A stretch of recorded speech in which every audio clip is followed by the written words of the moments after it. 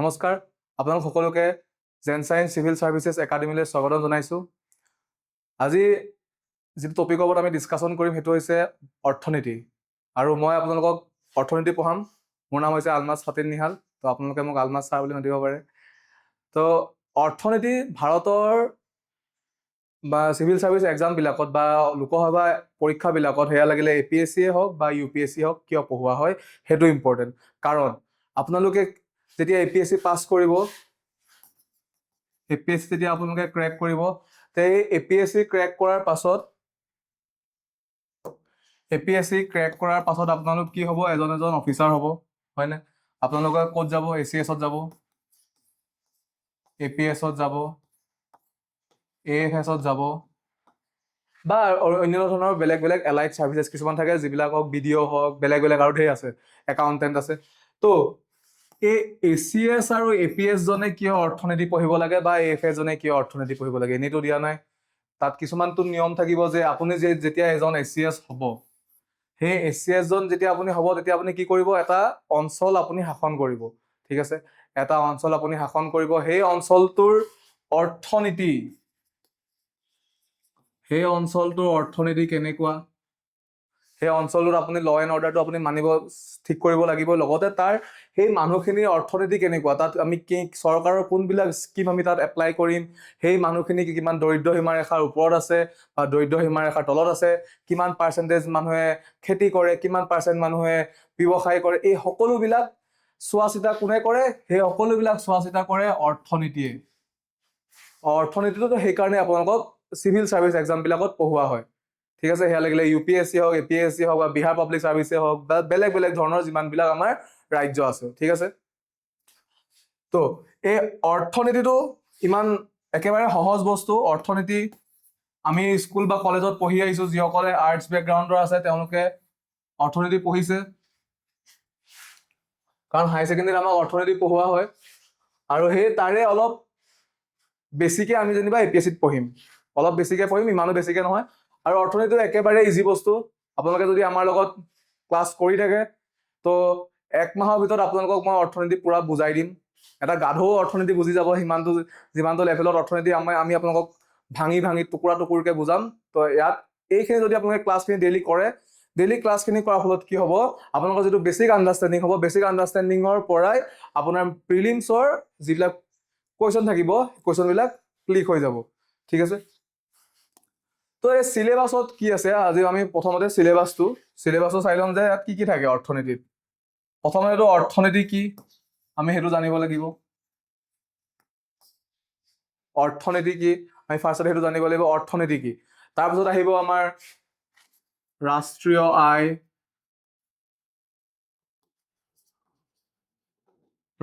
আয়, মানে national income, এইবিলাক। তাৰপিছত আমাৰ আহিব মুদ্ৰাস্ফীতি। মুদ্ৰাস্ফীতি মানে কি সেইটো হৈছে ইংলিছত, আপোনালোকে অসমীয়াত হয়তো বুজি পাবলৈ দিগদাৰ হ'ব পাৰে, গতিকে ইংলিছত কি হ'ব, সেইটো হৈছে ইনফ্লেশ্যন। ইনফ্লেশ্যন ক'লে আমি চবেই বুজি পায়, মুদ্ৰাস্ফীতি আৰু ইনফ্লেশ্যন একে, ইংলিছত সেইটো কোৱা হয়।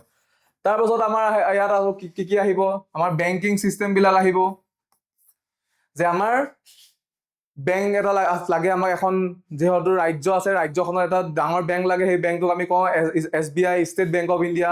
আৰু এখন ৰাষ্ট্ৰখনৰ এটা বেংক থাকিব লাগে, সেই বেংকটোৰ নাম হৈছে RBI, মানে আমাৰ ভাৰতৰ যিটো বেংক সেইটো হৈছে ৰিজাৰ্ভ বেংক অফ ইণ্ডিয়া। এই ৰিজাৰ্ভ বেংক অফ ইণ্ডিয়াই আমাক কেনেকৈ দেশখন পৰিচালিত কৰে বা মুদ্ৰাস্ফীতি হ'লে কেনেকৈ আমাক মুদ্ৰাস্ফীতি নিয়ন্ত্ৰণ কৰাত সহায় কৰে, বা আৰু বেলেগ বেলেগ উন্নয়নৰ কামত কেনেকৈ RBI আমাক সহায় কৰে, আমাৰ দেশৰ চৰকাৰক কেনেকৈ সহায় কৰে, এই সকলোবিলাক আমি ক'ত পঢ়িম?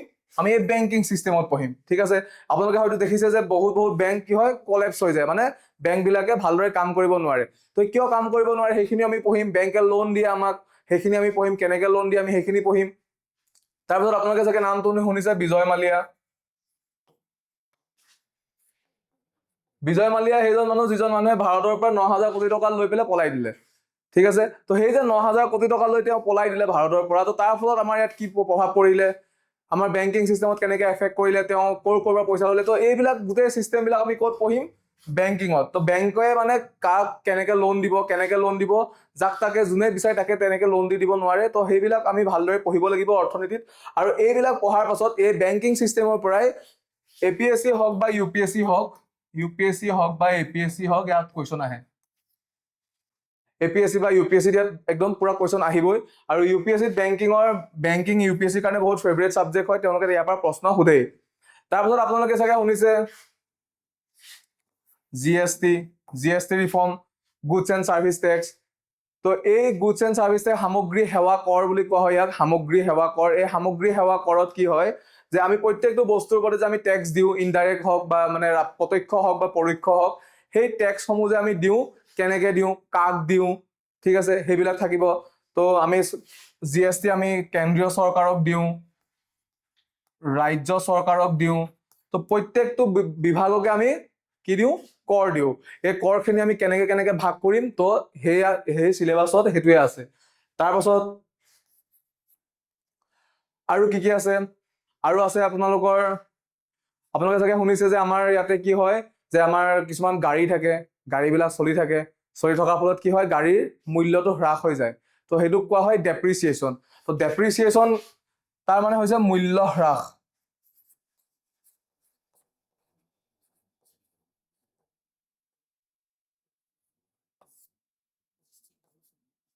মূল্য হ্ৰাস। তো মূল্য হ্ৰাসত কি হয়, মূল্য হ্ৰাসত হয় কি, এখন গাড়ী ধৰক চলি আছে 1 বছৰৰ পৰা, আপোনালোকে গাড়ীখন কিনিলে 2000 কিমানত, 2010 চনত আপোনালোকে এখন গাড়ী কিনিলে, ঠিক আছে। গাড়ী কিনিলে, গাড়ীখন আপোনালোকে চলালে 2015 চনলৈকে। এই যে গাড়ীখন আপুনি 5 বছৰ চলালে, ধৰক 2010 চনত গাড়ীখনৰ দাম আছিলে 5 লাখ টকা, ঠিক আছে। 5 লাখ টকা 2010 চনত গাড়ীখনৰ দাম আছিলে। আৰু এতিয়া সেই গাড়ীখন আপুনি যদি বিকে, যদি আপুনি কাৰোবাক বিকে গাড়ীখন, তো আপুনি কি হ'ব, 5 লাখ টকাও নাপায়, হয়নে? এইটো আমি চবেই জানো, কাৰণ আমি গাড়ী নহ'লেও বাইক বা মোবাইল কিবা নহয় আমি কিবা কিনিছো। গতিকে এই যে 5 লাখ টকা যিখন আপুনি পাইছে, যিটো পইচা দি আপুনি কিনিছে গাড়ীখন, তো আপুনি এতিয়া গাড়ীখন কেই টকাত বিকিব, আপুনি গাড়ীখন বিকিব 3 লাখ টকাত, ঠিক আছে। আপুনি গাড়ীখন বিকিব 3 লাখ টকাত। তো এই 5 লাখৰ পৰা যে 3 লাখ হ'ল, কিয় হ'ল? ইম্পৰ্টেণ্ট কথাটো হৈছে যে কিয় হ'ল। এই কিয় হ'লটোৱে আমি ক'ত পঢ়িম, মূল্য হ্ৰাসত পঢ়িম, ঠিক আছে।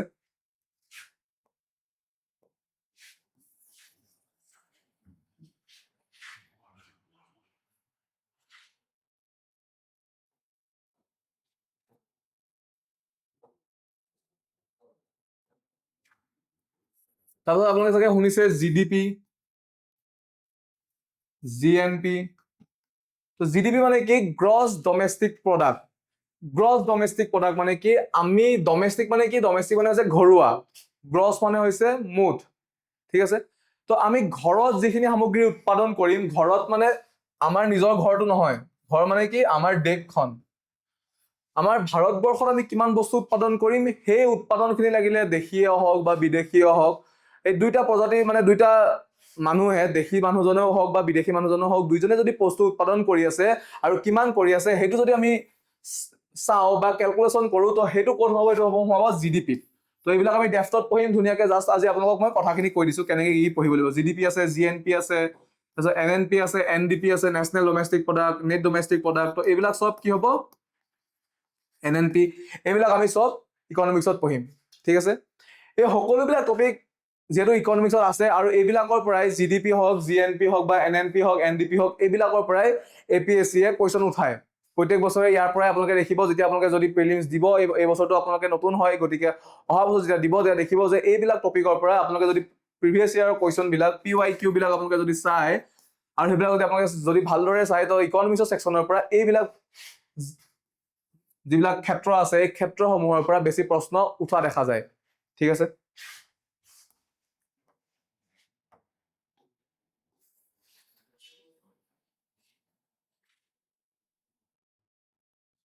তাৰপাছত আহে দৰিদ্ৰতা আহে।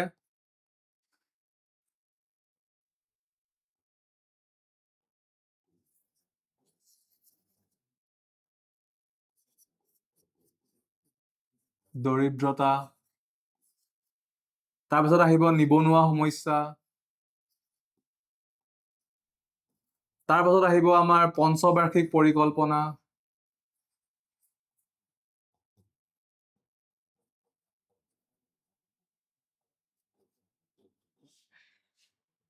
তো পঞ্চবাৰ্ষিক পৰিকল্পনাত কি পঢ়িম আমি, যে আমাৰ যে ভাৰতখন কেতিয়া স্বাধীন হৈছিলে চবেই জানে, কেতিয়া হৈছিলে 1947 চনত, হয়নে?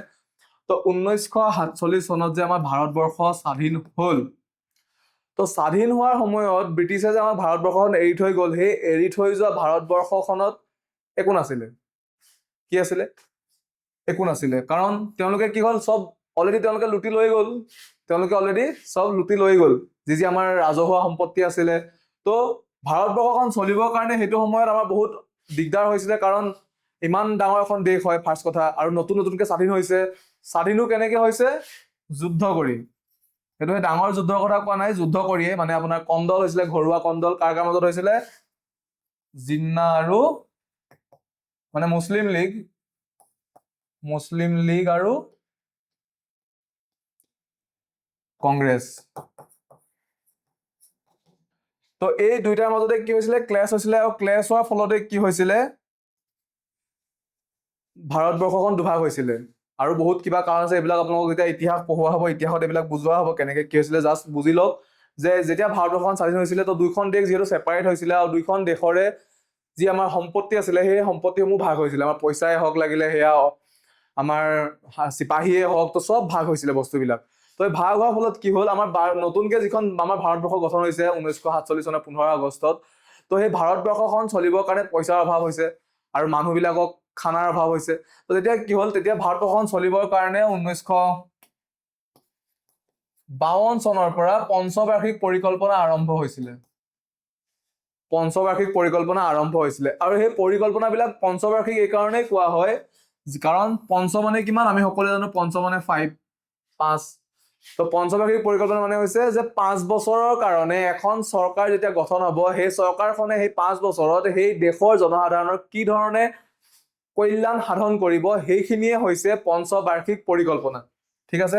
তো মানে 1952 চনৰ পৰা আজিলৈকে যিবিলাক পঞ্চবাৰ্ষিক পৰিকল্পনা হৈ আছে, এতিয়া পঞ্চবাৰ্ষিক পৰিকল্পনা নাই অবভিয়াছলি, এতিয়া নীতি আয়োগ আহি গ'ল।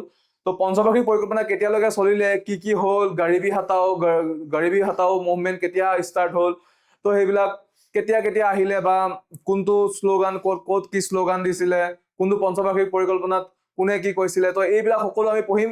তো ইকনমিক্সটো বহুত ইণ্টাৰেষ্টিং হয়, আৰু ইকনমিক্সটো যদি এবাৰ আপোনালোকে জানি লয়, তো ইকনমিক্সৰ পৰা আপোনালোকে বহুত আপোনালোকৰ আনচাৰ বনি যাব। কাৰণ আমাৰ যিখন মেইনছৰ GS3 হয়, তো সেইখন টোটেলি ইকনমিক্সৰ ওপৰতে ডিপেণ্ড কৰে। GS3 যিখন আমাৰ আছে মেইনছৰ, সেইখন অকল ইকনমিক্সে হয়। তো ইকনমিক্সৰ ওপৰতে ডিপেণ্ড কৰি পেলাই আমাৰ এখন গোটেই পেপাৰ থাকে, ফুল পেপাৰ থাকে ইকনমিক্সৰ ওপৰত। ইকনমিক্স থাকে, এগ্ৰিকালচাৰ থাকে, তো এইবিলাক এখন পেপাৰ থাকে। তো ইকনমিক্সৰ যদি আপোনালোকে বেছিক কনচেপ্টখিনি জানে, বেছিক কনচেপ্টখিনি জনাৰ পাছত আপোনালোকৰ আৰু বেলেগ টেনশ্যন ল'বলগীয়া একো কথা নাই। কাৰণ যদি আমি এটা ঘৰ বনাওঁ, ঘৰৰ যদি ভেটিটো ভাল হয়, ভেটিটো ভাল হোৱাৰ লগে লগে কি হ'ব, ঘৰটো অট'মেটিকলি ষ্ট্ৰং হৈ যাব, হয় নে নহয়? তাৰপিছত কি আছে? তাৰপিছত আছে নিবনুৱা সমস্যা। নিবনুৱা সমস্যাত কি হয়, আমি জানো ভাৰতবৰ্ষৰ নিবনুৱা সমস্যা বহুত বেছি। আপোনালোকে পঢ়িয়ে আছে, চাকৰি পোৱা নাই। কাৰণ চাকৰি যিমান আমাৰ ষ্টুডেণ্ট আছে, তাতকে চাকৰিৰ সংখ্যা বহুত কম। যদি ধৰক 1 লাখ মানুহ আছে, তো চাকৰি কিমান ওলায়? 10,000 ওলায়। বাকী 90,000 কি হয়? বাকী 90,000 হয় নিবনুৱা, হয়নে? তো এই যে নিবনুৱা হয় 90,000, তো তেওঁলোককে নিবনুৱা বুলি কোৱা হয়। নিবনুৱা বিলাকৰ ভাগ থাকে কিছুমান, সেয়া আছে শিক্ষিত নিবনুৱা বা প্ৰযুক্তিযুক্ত, মানে বহুত বহুত নিবনুৱা ভাগ থাকে। সেই ভাগবিলাক আমি পঢ়িম, কোনটো নিবনুৱা কি বুলি কয়, পঢ়া যিসকলৰ এডুকেশ্যন কোৱালিফিকেশ্যন আছে, যিসকলে পঢ়ি আছে, তো তেওঁলোকক কি বুলি কয়, বা যিসকলে কাম বিচাৰি আছে, কাম পোৱা নাই, তেওঁলোকক কি বুলি কয়। তো প্ৰত্যেকটো নিবনুৱাকে বেলেগ বেলেগ ভাগত ভাগ কৰা হয়। আমি মানে দেখিলে কৈ দিব নোৱাৰো যে এইজন নিবনুৱা, নহয়, তেওঁৰ ভাগ আছে বেলেগ বেলেগ। ঠিক আছে? তাৰপাছত আহিব দৰিদ্ৰতা। ঠিক আছে? দৰিদ্ৰতাত কি থাকে? দৰিদ্ৰতাত থাকে যে দৰিদ্ৰ কোন, কাক কয়, কোনবিলাক মানুহক দৰিদ্ৰ বুলি কোৱা হয়, বা কোনখিনি মানুহক কিমানটো পইচা তেওঁলোকে উপাৰ্জন কৰিলে তেওঁলোক দৰিদ্ৰ হ'ব, বা কিমানখিনি পইচা উপাৰ্জন নকৰিলে তেওঁলোক দৰিদ্ৰ নহ'ব। তো এই সকলো বস্তুকে কি বুলি কোৱা হয়? দৰিদ্ৰতা বুলি কোৱা হয়। তো এই দৰিদ্ৰতাত আমি পঢ়িব লাগিব যে কেনেকে কি কি স্কিম দিয়ে চৰকাৰে দুখীয়া মানুহৰ কাৰণে। তো দুখীয়া মানুহৰ কাৰণে কি কি স্কিম আছে, বা তাতকে অলপ ওপৰৰ মানুহখিনিৰ কাৰণে কি কি আছে, সেই সকলো আমি পঢ়িম ক'ত? দৰিদ্ৰতাত।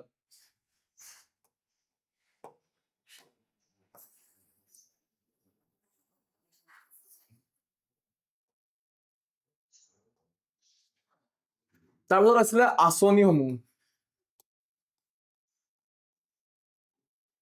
চৰকাৰী আঁচনি আপোনালোকেতো শুনিছে চাগে, মাইনা আঁচনি, বাবা আঁচনি।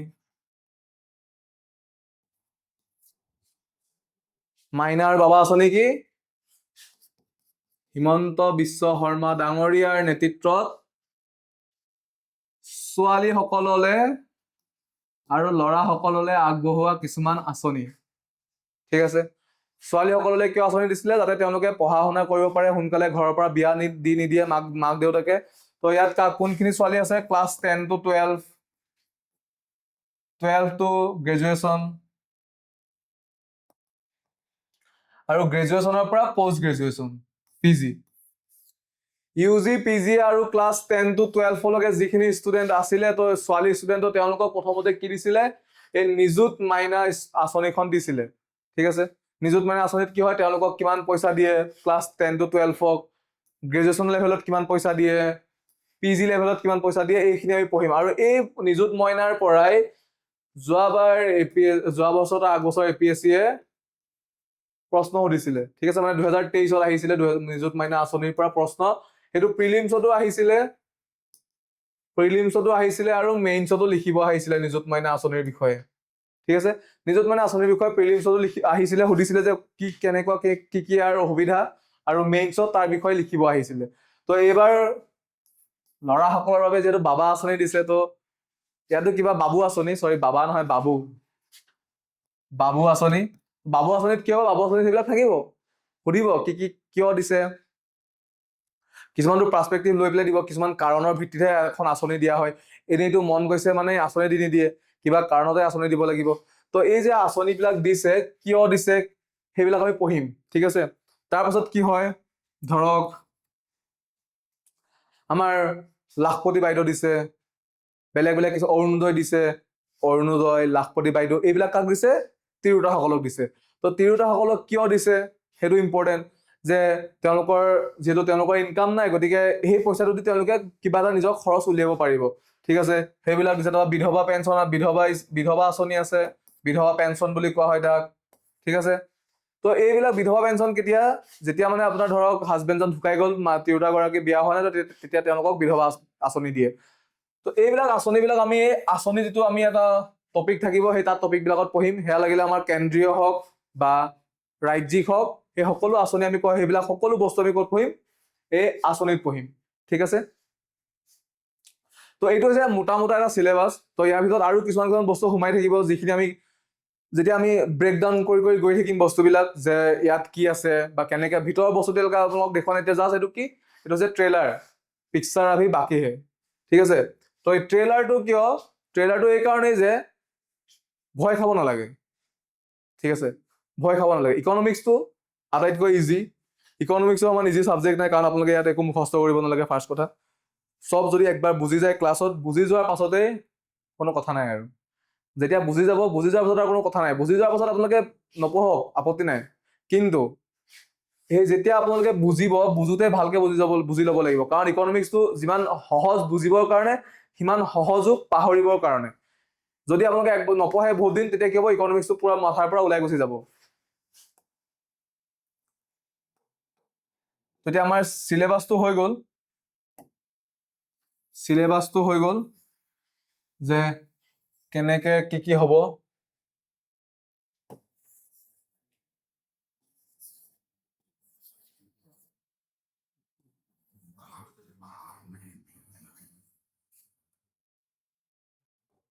চিলেবাছটো হৈ গ'ল। এতিয়া হৈছে আমি পঢ়িম কেনেকে। পঢ়িম কেনেকৈ।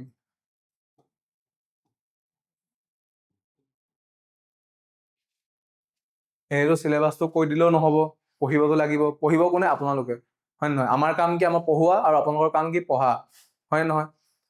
তো পঢ়িম কেনেকে, চবতকে ইম্পৰ্টেণ্ট কথা সেইটোৱে। পঢ়া টেবুলত বহাৰ লগে লগে যিহেতু আমাৰ টোপনি আহি যায়, গতিকে আমি পঢ়িম কেনেকে। প্ৰত্যেকজন মানুহৰে কি হয়, ষ্ট্ৰেটেজিবিলাক বেলেগ বেলেগ হয়। আপুনি যেনেকে পঢ়াই সেইটো লেভেলত মই নপঢ়িব পাৰোঁ, বা মই কেনেকে পঢ়িটো আপুনি নপঢ়িব পাৰে। এইখিনি হৈছে নতুন মানুহখিনিৰ কাৰণে, যিসকল নতুন। আপোনালোক যিসকলে পুৰণা প্ৰিপেৰেশ্যন কৰি আছে, তো তেওঁলোকে জানেই কেনেকে পঢ়িব লাগে। ধৰক আপোনালোকে ডেইলি 2 ঘণ্টাকে পঢ়িলে, কি পঢ়িলে যিখিনি আমি আপোনালোকক পঢ়াম সেইখিনি পঢ়িলেই হ'ল আৰু আমাৰ জেন সায়েন্সৰ যিবিলাক নোট থাকিব সেই নোটবিলাক আপোনালোকে পঢ়িব প্লাছ মই ক্লাছত যিবিলাক দিম মোৰ ক্লাছ তো এই দুটা যদি আপোনালোকে কম্বাইন কৰি পেলাই পঢ়ে তো আপোনালোকক নালাগে আৰু বেলেগ ঠিক আছে বেলেগ আৰু একো নালাগে ইয়াতে NCERT পঢ়িব নালাগে ঠিক আছে পঢ়াটো সদায় ফূৰ্তি কৰি পঢ়িব যিমান পাৰে সিমান ফূৰ্তি কৰি যেতিয়া আপোনালোকে পঢ়িব তেতিয়া আপোনালোকৰ পঢ়ি ভাল লাগিব নহলে কি হ'ব ক্লাছটো বৰিং হৈ যাব আৰু কেতিয়াবা এইবিলাক আপোনালোকে পঢ়িব মন নাযাব ঠিক আছে তো যেতিয়া মই আমাৰ এই নোটছ বিলাক পঢ়িব আৰু মোৰ ক্লাছ বিলাক চাব তেতিয়া আপোনালোকৰ অলমোষ্ট 80% হৈয়ে যাব আৰু বাকী 20% কেনেকৈ হ'ব বাকী 20% হ'ব যেতিয়া আমি আপোনালোকক কাৰেণ্ট এফেয়াৰ্ছ বিলাক দিম ইকনমিক্স ৰিলেটেড তো এই কাৰেণ্ট এফেয়াৰ্ছ হ'ব বাকী 20% হৈ যাব বাকী কাৰণ কি হয় কাৰেণ্ট এফেয়াৰ্ছ বিলাকৰ পৰাও কেতিয়াবা ডাইৰেক্ট কোৱেশ্যন সুধি দিয়ে যে এতিয়া এখন বাজেটৰ পৰা ডাইৰেক্ট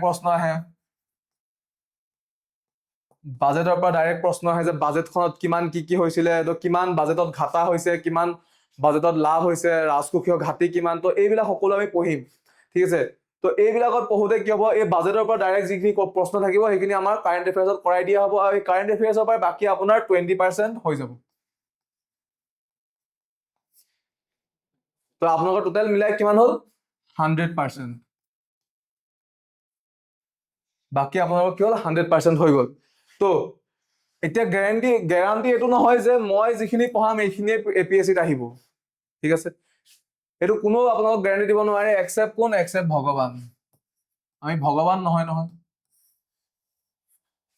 আমি যিখিনি পঢ়াম আপোনালোকক সেইবিলাক বেছিক আণ্ডাৰষ্টেণ্ডিং আৰু সেইখিনিৰ পৰাই প্ৰশ্ন আহিব কিন্তু সেই প্ৰশ্নখিনি টেকেন কৰাটো আপোনালোকৰ দায়িত্ব যে মই পঢ়াই দিলো যে ৰেপো ৰেট কাক বোলে আপোনাক মই পঢ়ালো ৰেপো ৰেটৰ কাম কি ৰেপো ৰেট কেনেকৈ হয় কি হয় এইবিলাক চব পঢ়ালো এতিয়া প্ৰশ্নটো যদি অলপ ঘূৰাই পেলাই আহে যে এনেকুৱা ধৰণৰ হ'লে ৰেপো ৰেটটো কেনেকুৱা হ'ব তো সেই বস্তুটো টেকেন কৰাটো তাত গৈ পেলাই খেলাটো আপোনালোকৰ কাৰণ এজন কোচে কি কৰে কোচে আপোনাক বেটখন ধৰিব শিকাব যে যদি ইন চুইং আহে কেনেকৈ খেলিব লাগিব শিকাব বা অফ চুইং গ'লে কেনেকৈ খেলিব লাগিব শিকাব বা বলটো যদি ডাইৰেক্ট বল আহে কেনেকৈ ছিক্স মাৰিব লাগিব বাউন্সাৰটো কেনেকৈ হেণ্ডেল কৰিব লাগিব এইবিলাক আমি আপোনালোকক শিকাম কিন্তু এই ফিল্ডত গৈ যে খেলিব লাগিব এই খেলাটো কোনে খেলিব লাগিব আপোনালোকে নিজে খেলিব লাগিব তাৰ কাৰণে কি কৰিব লাগিব আপোনালোকে নিজৰ মাইণ্ডছেটটো একদম ক্লিয়াৰ ৰাখিব লাগিব যে যি হওক মই পঢ়িম আৰু পৰীক্ষা যি হওক পৰীক্ষাৰ প্ৰেছাৰ মই নলওঁ কাৰণ পৰীক্ষাত ভগৱানে কি কৈছে অৰ্জুনে মানে কৃষ্ণই অৰ্জুনক এটা কথা কৈছিলে যে কৰ্ম কাৰো ফলকে চিন্তা মত কাৰো গতিকে আপোনালোকে কৰ্ম কৰি যাওক ফল যি হ'ব দেখা যাব পাছ কৰিম ফেইল কৰিম doesn't matter just enjoy the journey আপোনালোকে যেতিয়া ইকনমিক্স পঢ়ি যাব ইকনমিক্স পঢ়াৰ শেষ হোৱাৰ পাছত আপোনালোকে যেতিয়া ৰাস্তালৈ ওলাব আপোনালোকে প্ৰত্যেকটো বস্তুতে ইকনমিক্স দেখা পাব এইটো দেখোন এনেকুৱা হৈছে তো ইয়াতো এনেকুৱা ধৰণৰ হৈ আছে প্ৰত্যেকটো বস্তুতে আপোনালোকে ইকনমিক্স দেখা পাব ইমান ডেফটত আপোনালোকক পঢ়োৱা হ'ব যে বাহিৰলৈ ওলোৱাৰ লগে লগে ইকনমিক্স দেখা পোৱা হৈ যাব ঠিক আছে তো 2 ঘণ্টা আমি কি পঢ়িম ডেইলি ইকনমিক্স পঢ়িম যেতিয়া মোৰ ক্লাছবিলাক চলি থাকিব তো ক্লাছত মই যিখিনি পঢ়াওঁ সেইখিনি গৈ পেলাই আপোনালোকে কি কৰিব লাগিব ঘৰত গৈ পেলাই এবাৰ ৰিভিজন কৰিব লাগিব ঠিক আছে ঘৰত গৈ এবাৰ ৰিভিজন কৰিব লাগিব আৰু যিটো টপিকৰ ওপৰত মই আপোনালোকক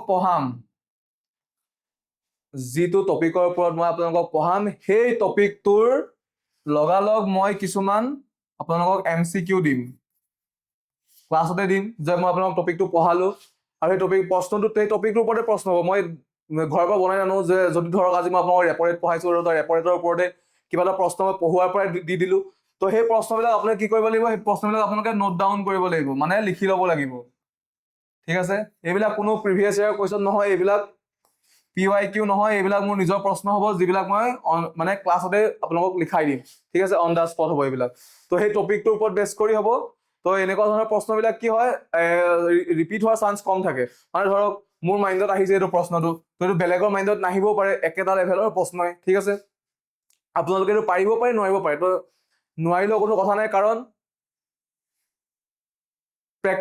প্ৰেক্টিছত যিমান আপোনালোকে ঘাম উলিয়াব বেটেল ফিল্ডত সিমানে আপোনালোকৰ টেষ্ট কমকৈ পাব বুজি পালেনে মানে কথাটো কোৱাৰ তাৎপৰ্য এইটোৱে যে যিমানে আপোনালোকে কষ্ট ক্লাছৰুমত কৰিব সিমান আপোনালোকে যেতিয়া এক্সাম দি থাকিব, এক্সাম দিয়া সময়ত আপোনালোকৰ সহজ হ'ব।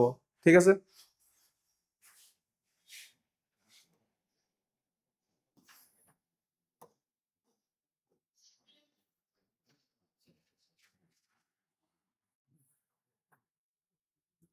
তো এইখিনি আছিলে আমি কেনেকে পঢ়িম। তাৰপিছত হ'লে কি কি পঢ়িমতো কৈছোৱে মই কি পঢ়িম। কি পঢ়িম আমি? জেন চায়েন্সৰ অৰ্থনীতিৰ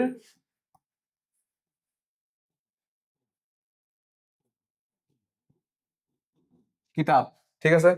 আৰু লগতে ক্লাছ নোটছ যিখিনি দিয়া হ'ব, সেইখিনি এনাফ মানে। ঠিক আছে? মই আপোনালোকক বহুত ডাঙৰ ডাঙৰ কিছুমান কিতাপৰ কথা কৈ দিলোঁ যিখিনি এনেও নপঢ়ে, হয় নে নহয়? সেইখিনি পঢ়া নহয়। কাৰণ কি, আমি কোনো এটা টপিকত